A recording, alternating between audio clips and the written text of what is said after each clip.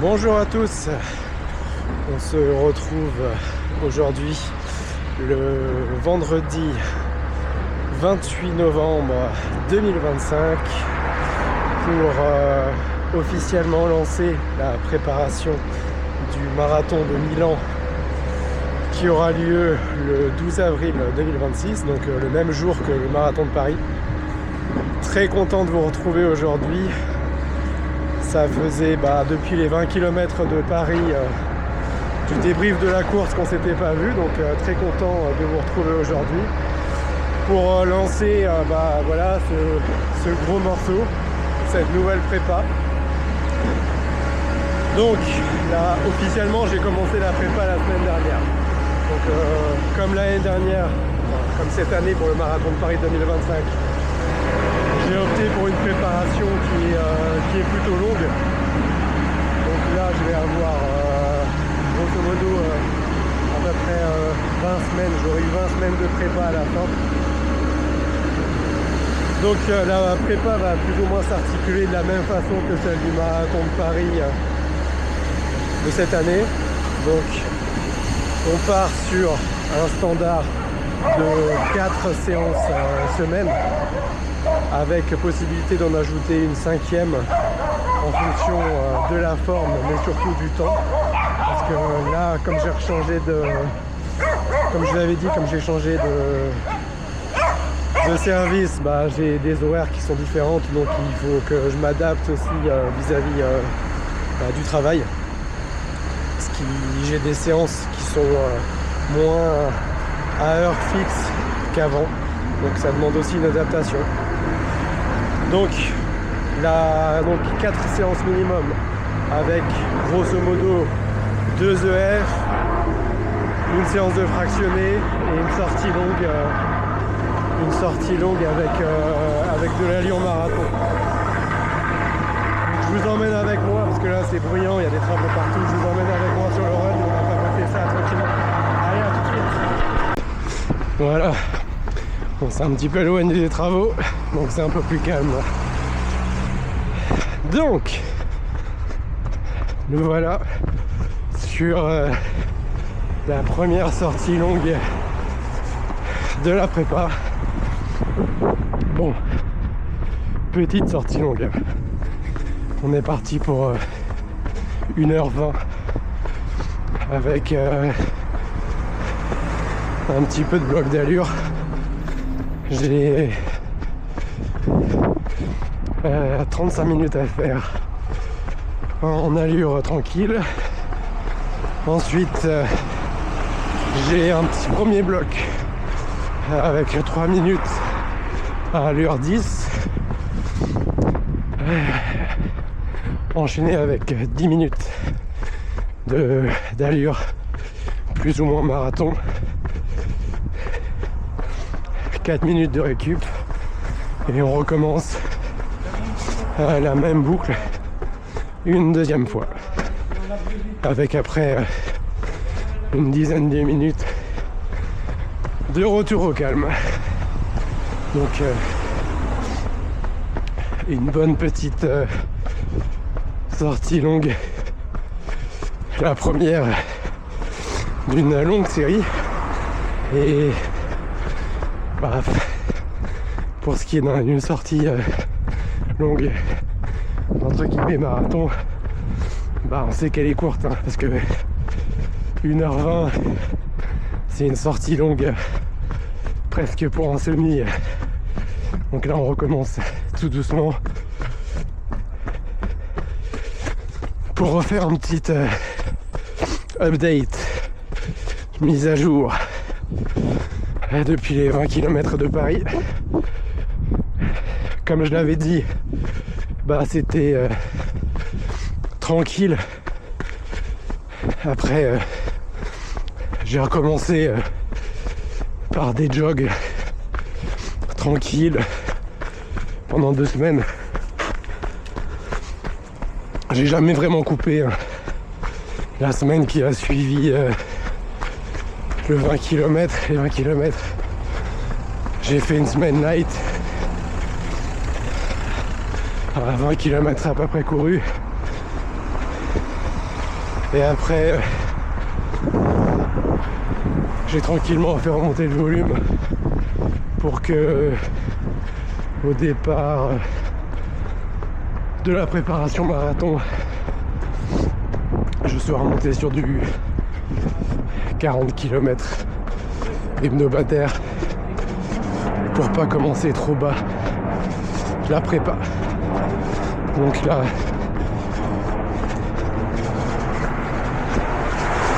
la prépa, ça me fait, je commence autour des 40, entre 40 et 45 km par semaine pour monter progressivement. J'avais bien aimé le principe sur mes 2 prépas précédentes du 3 semaines de travail, 1 semaine de décharge pour l'assimilation. Donc ça, je vais garder ça. Donc je prends semaine par semaine la prépa. J'ai pas regardé les séances de fin. Je préfère faire ça comme ça. On découvre au fur et à mesure.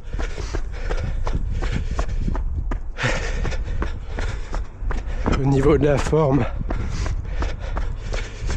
là ça va mieux. Semaine dernière, j'ai eu un gros rhume. Là le nez ça va un petit peu mieux. Et la semaine dernière, c'était compliqué de courir. Pour la première semaine de la prépa en plus. Mais bon, vaut mieux que ça arrive en début de prépa que sur la fin de prépa. Au niveau des allures où j'en suis, eh ben alors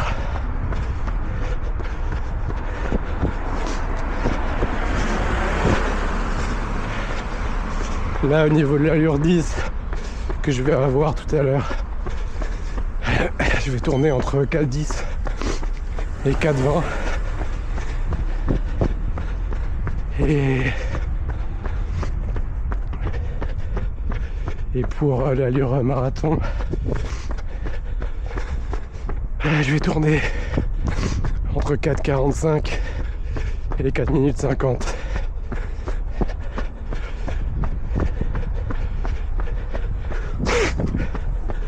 Pour les phases de récup, c'est libre, mais je les ferai autour des 6 minutes 30 je pense, sans trop regarder.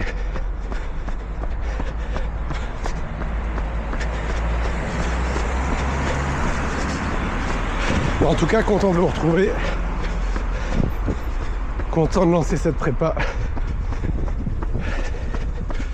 et content de découvrir un autre marathon après 2 fois Paris. Je suis content de faire une petite pause sur le marathon de Paris. On verra en 2027 pour la 50e édition du marathon de Paris. On reviendra peut-être dessus pour chercher un joli souvenir. Mais là, content de découvrir un autre tracé, une autre ambiance. Ça remet un petit coup de motivation. Sinon, au niveau du suivi, jusqu'à présent, ça faisait 2 ans et demi qu'au niveau montre, j'étais chez Garmin avec la Phoenix 7 puis la Phoenix 8 et pour aller un petit peu à contre-courant de la tendance des coureurs qui passent chez Garmin quand ils ont une Apple Watch, et ben moi j'ai fait l'inverse. Ça fait quelques temps que je suis passé sur une Apple Watch. Là j'ai pris le modèle Ultra pour quand même avoir une batterie qui tient un petit peu la route. Vous allez me dire mais pourquoi pas? Tout simplement, je vous donne mon point de vue pour mon utilisation. Les montres Garmin, elles sont très bien pour le suivi du sport, elles sont très très bien pour la batterie, elles sont géniales, mais moi tout simplement j'en avais marre d'avoir toutes ces datas qui ne me servent à rien, l'utilisation de Garmin Connect que j'ai jamais vraiment trop apprécié parce que ça nécessite une application tierce. La politique de Garmin sur les tarifs qui deviennent juste n'importe quoi. Le fait d'avoir des abonnements maintenant qui arrivent tout doucement. Donc on ne sait pas comment ça va finir. Donc oui, une Apple Watch, ça se charge plus souvent, il y a moins de data. Mais pour ce dont j'ai besoin moi, bah ça me suffit largement. Je lance un run, j'ai les informations de base, j'ai pas besoin de plus. Donc vous me direz avec quoi vous courez en commentaire et on pourra en discuter. Mais j'ai pas envie de lancer une guerre Garmin contre Apple ou Coros contre Apple. Chacun court avec ce qu'il veut, ce dont il a besoin en fonction de ses besoins à lui. Et voilà. La Fenix 8, c'est une montre quotidien qui était géniale, mais qui répondait pas à mes besoins à moi. D'où le changement. Et pour l'instant, je m'habitue tout doucement, mais pas de regret. Plutôt agréablement surpris par la batterie au final de l'Ultra. Pour mon usage, je tiens quasiment 3 jours avec. Donc oui, on est très loin des quasiment 15 jours que j'avais sur ma Fenix 8. Mais au quotidien, je fais pas la même chose avec.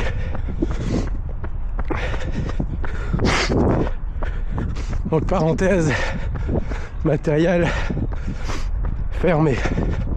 Si, autre parenthèse, je suis en train de voir au niveau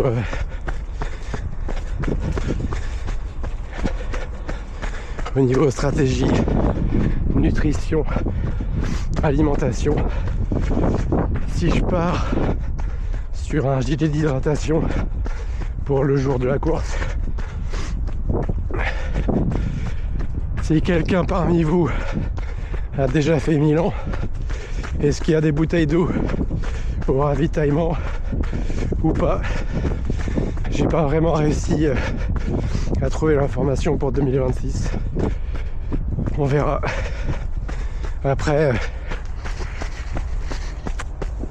j'aime bien gérer au niveau hydratation, nutrition, être autonome. Donc on verra. Mais le gilet c'est pas mal. Parce que jusqu'à présent je courais avec une ceinture avec les gels dedans, plus des gels dans le cuissard. Mais au niveau flasque, je cours avec une flasque, comme vous voyez, de 500 ml en main. Et sur le marathon de Paris de cette année, j'avais eu mon fils sur le parcours m'avait donné une nouvelle flasque à mi-chemin, mais avec le parcours de Milan, je sais pas si ça sera possible. Donc ce sera à étudier.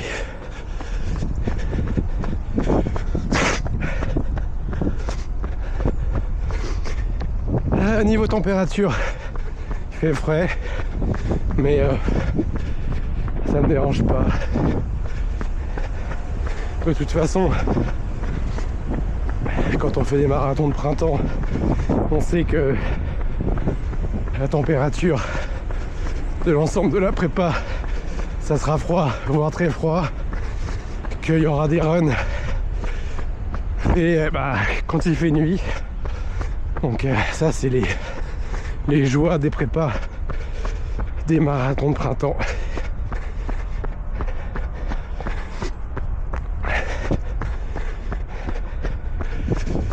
En tout cas, si vous avez des questions, n'hésitez pas à les poser en commentaire, comme d'habitude.